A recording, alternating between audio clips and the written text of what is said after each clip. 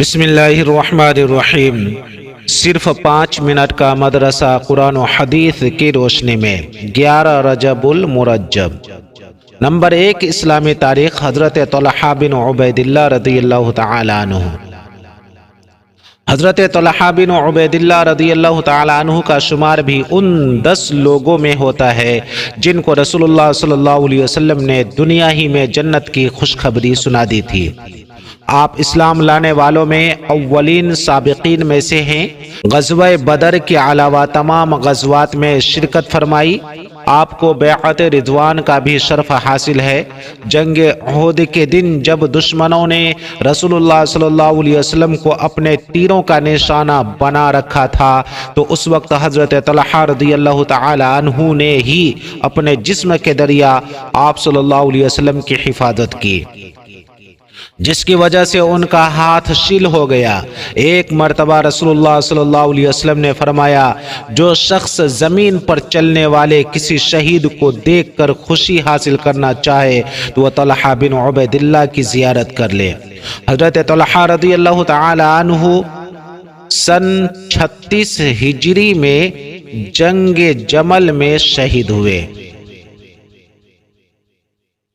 Number 2، اللہ کی قدرت۔ بارش میں قدرتی نظام۔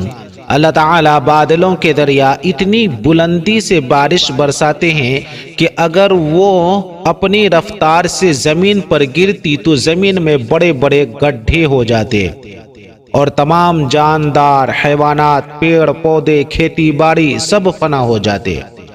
لیکن اللہ تعالیٰ نے فضا میں اپنی قدرت سے اتنی رکاوٹیں کھڑی کر دی ہیں کہ تیز رفتار بارش ان سے گزر کر جب زمین پر آتی ہے تو انتہائی دھیمی ہو جاتی ہے، جس سے دنیا کی تمام چیزیں تباہ و برباد ہونے سے محفوظ ہو جاتی ہیں۔ بے شک یہ اللہ کا قدرتی نظام ہے جو بارش کو اتنے اچھے انداز میں برساتا ہے۔ نمبر 3، ایک فرد کے بارے میں بیوی کی وراثت میں شوہر کا حصہ۔ قرآن میں اللہ تعالیٰ فرماتا ہے، تمہارے لیے تمہاری بیویوں کے چھوڑے ہوئے مال میں سے آدھا حصہ ہے جبکہ ان کو کوئی اولاد نہ ہو، اور اگر ان کی اولاد ہو تو تمہاری بیویوں کے چھوڑے ہوئے مال میں چوتھائی حصہ ہے۔ تمہیں یہ حصہ ان کی وصیت اور قرض ادا کرنے کے بعد ملے گا۔ سورہ نساء۔ نمبر 4، ایک سنت کے بارے میں مسکراتے ہوئے ملاقات کرنا۔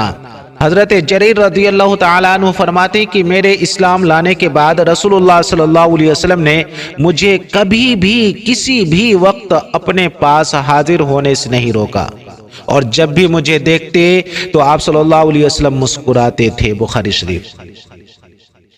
نمبر 5، ایک اہم عمل کی فضیلت۔ ہر مہینے کے 3 دن روزہ رکھنا۔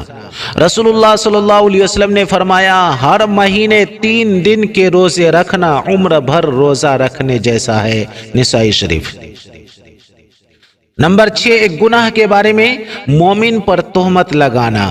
رسول اللہ صلی اللہ علیہ وسلم نے فرمایا، جو شخص اپنے مومن بھائی کو منافق کے شر سے بچائے تو اللہ تعالیٰ قیامت کے دن ایسے آدمی کے ساتھ ایک فرشتہ کو مقرر کر دے گا جو اس کے بدن کو جہنم سے بچائے گا، اور جو آدمی مومن بھائی پر کسی چیز کی تہمت لگائے جس سے اس کو ذلیل کرنا مقصود ہو تو اللہ تعالیٰ اس کو جہنم کے پل پر روک دے گا یہاں تک کہ وہ اپنی کہی ہوئی بات کا بدلہ نہ دے دے۔ ابو داؤد۔